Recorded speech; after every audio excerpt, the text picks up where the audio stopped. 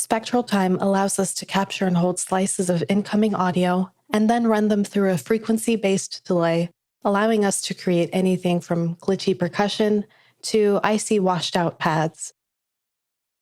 Over on this track, I have a simple melody loop with a default spectral time preset. I'll turn the effect off for now so we can hear the original signal, and let's take a listen. Let's turn spectral time back on and turn the dry wet to 100% so we can really hear it. So it sounds like all spectral time is doing right now is adding a bit of delay. Let's turn the delay portion of the effect off for now and focus on the freezer. To enable the freezer, click the freeze button here. You can hear that spectral time has captured a slice of the incoming audio and is now sustaining it indefinitely. We can see all of this happening over on the spectrogram, which gives us a visual representation of all the different frequencies that make up the sound over time. In addition to triggering the freezer manually, I can also switch to retrigger mode. Let's click freeze again. You can hear now that spectral time is refreezing the audio every time it detects a new transient. We can control how sensitive spectral time is to these new transients using the sensitivity knob here. Notice how when I turn it all the way down, spectral time ceases to refreeze. We can see each retrigger using the yellow LED here, which blinks every time spectral time refreezes. Let's switch from onsets to sync mode here, which just triggers a refreeze at a fixed time interval. I can control the interval in milliseconds here, or switch over to notes.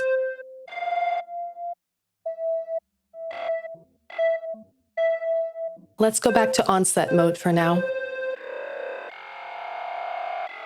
If I'd like the effect to sound a bit smoother, I can turn up crossfade, which fades between each freeze. If I'd like a little more control, I can switch to the envelope mode, which allows me to control the fade in and fade out of each freeze independently.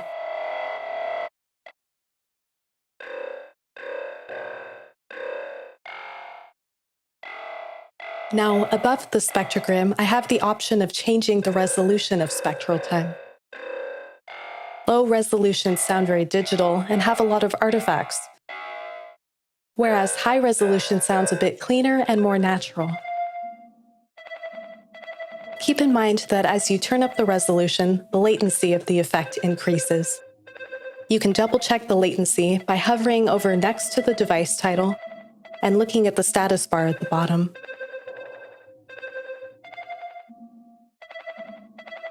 Sweet, I'm quite happy with the freezer settings. I'll turn the freezer off for now and switch to the delay. Delay just takes the incoming signal and repeats it at a regular interval. We can control the dry-wet of the effect here, and turn up the feedback, which controls how much of the output of the delay is fed back into its input. I can change the delay time here in milliseconds, or I can choose to do this in notes. Let's do 16ths.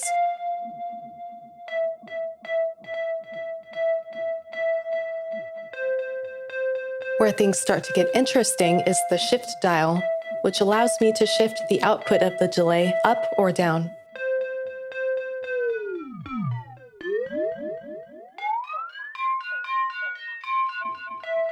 Tilt, spray, and mask all control how the delay affects different frequencies. So if I turn tilt up, higher frequencies are delayed more than low frequencies, resulting in almost a pitch bend effect. If I turn tilt to negative values, lower frequencies are delayed more.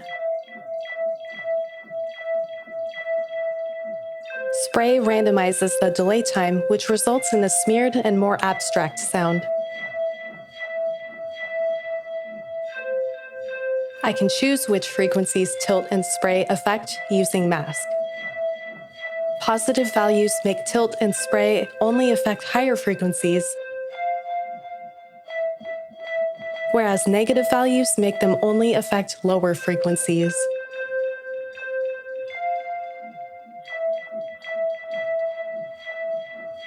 I can also adjust the stereo width of the delay here. Awesome. So now let's combine that back in with the freezer. Now I'd like to hear this with a bit of the dry signal, so I'll turn the dry wet down. Notice how the dry signal is represented in yellow in the spectrogram. I'd like to turn the amount of gain down on the signal being sent into spectral time, so I'll turn down the input send.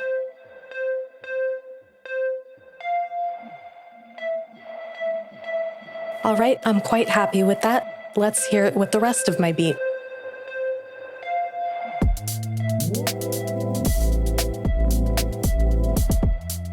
Let's hear it without spectral time. Quite dry. And now, back on.